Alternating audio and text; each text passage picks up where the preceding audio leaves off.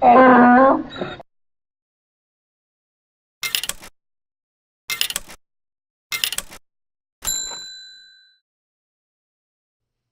to Odd Man Out, where this week Harrison and I, Faust, are going to try and force James to play Overcooked, but we're going to give him the benefit of trying to convince him first.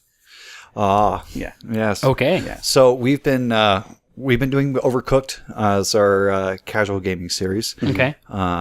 And we've ended up liking this game very well so far. And it's a couch co-op game that you can sit there and play with anywhere between 2 to 4 players. And there is single player in it also, but the single player is not the experience that the local multiplayer is. Basically the couch co-op. Okay. So, just to give it the rundown here, it was originally released August 2016, developed by Ghost Town Games, published by Team 17. It's available on PlayStation 4, Xbox One, and Microsoft Windows. I believe it's about $12 on sale right now. You can get it for maybe about $15. I think the standard price is about $15. Yeah. Yeah, 15. It's up to 4 people co-op. Basically, imagine this sort of isometric kind of top-down thing where you play a chef amongst other chefs. Okay. And you are given simple chef tasks to complete in kitchens of varying difficulty.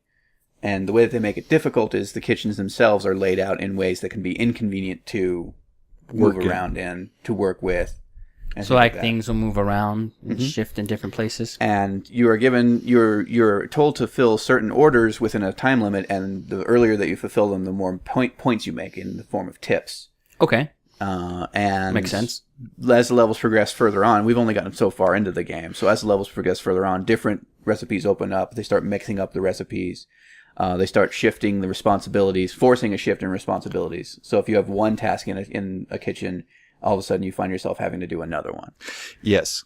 So it ends up getting crazy kind of quickly because you think you got it figured out, and then they throw something else at you. Not just new recipes. It goes from cooking soup, which can be relatively simple sounding, to having to start making hamburgers, and then there's different ingredients that people want on their hamburgers, and then they just get to the point where, you're now making soup and hamburgers at the same time. So then you have all these different things you got to deal with. Okay. And then they decided to start throwing in silly things like you're all not working in the exact same kitchen space, basically, where they start throwing in conveyor belts or they start making the kitchen actually split. And you can play this. You play this all typically on one screen. Yeah. So you easily get to start yelling at people. Yeah. This game will cost you friends. Yes. It is very insanely fun to play, unless you're playing it single player. I would say that's... If you do try and play it single player, the thing is you still control 2 chefs. Okay. And you switch back and forth between each chef. So... single player mode sucks on this game. It's not recommended. Yeah, it's not recommended. I mean, you can do it to kind of get a sense of like the recipes and the layouts and everything like that. But getting through this game single player seems more like a challenge, like an internet challenge. So like, let's see you do this. Yeah. Okay. Yeah. But so it's more fun with 2 players. Yeah, but you end up yelling a lot more with 2 or more players because now you're having to rely on other people. Like someone's to do giving like orders or something like that. Kind of. I mean, it's like basically if you have like one side, somebody's having to like, let's say left side of the kitchen, somebody has to pull out, let's say a piece of the recipe, such as a burger, and then they have to like chop it up or mince it into a patty. Then they have to get it shifted over to the right-hand side of the kitchen where they actually have to now grill it. And maybe they have to put it on the bun, and then they have to shift it back across to actually get like the lettuce and the tomato on this hamburger. Okay. Then it has to get shifted back across to actually get delivered. And if you end up screwing this up, then the only place to wash the dishes is you have to send the dirty dishes back on a conveyor, and then they need to be sent back to you to plate the dishes. It's just this division of labor, this force where you have to kind of like think on the fly and change what it is that you've assigned yourself to do, and try to maximize your time and efficiency in this sort of setup. Or the levels will shift as you're playing, because there's like ones on like a pirate ship where like everything starts shifting, or you're on like a moving food truck where the 2 trucks come together, And during this time that they're together, you can run across to grab stuff. So you're trying to load up and get prepped on both sides before they fall apart again. Yeah. And you can fall off. You can lose entire sandwiches. So you don't have to worry about the building itself. It changes throughout each. I'm assuming the location stage. changes. Yeah, the stages. It's one of those ones where the stages kind of span this map. Okay. So the story goes that you are, when you start, your character is one of the chefs that is there at the apex of appearance of this gigantic sentient spaghetti monster. Yes. You're just gonna have to imagine that yourself. Okay. And then you are given the task of keeping it fed so that it doesn't go completely haywire and completely destroy the world.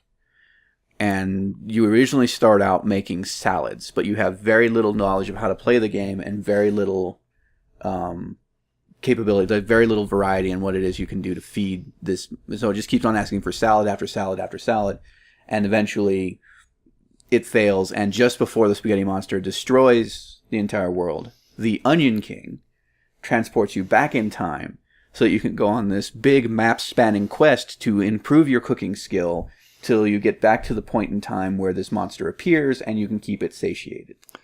So it doesn't destroy the world. Mm-hmm. Yeah. Gotcha.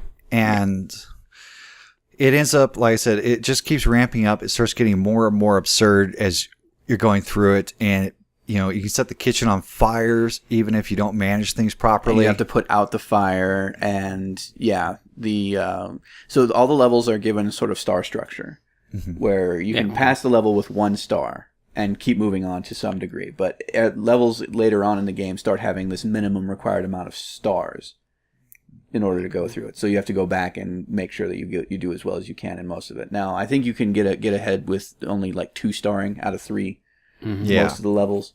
But once you've done a level once or twice, you really have a sense of how it flows, and you can pretty much easily get a 3-star. Yeah, and so the campaign is very much co-op, and it's about 30 levels in the standard campaign, and then you also have the ability to actually do basically Hell's Kitchen format where you're all versing each other, and so you can have. Do you have a Chef Ramsay yelling at you?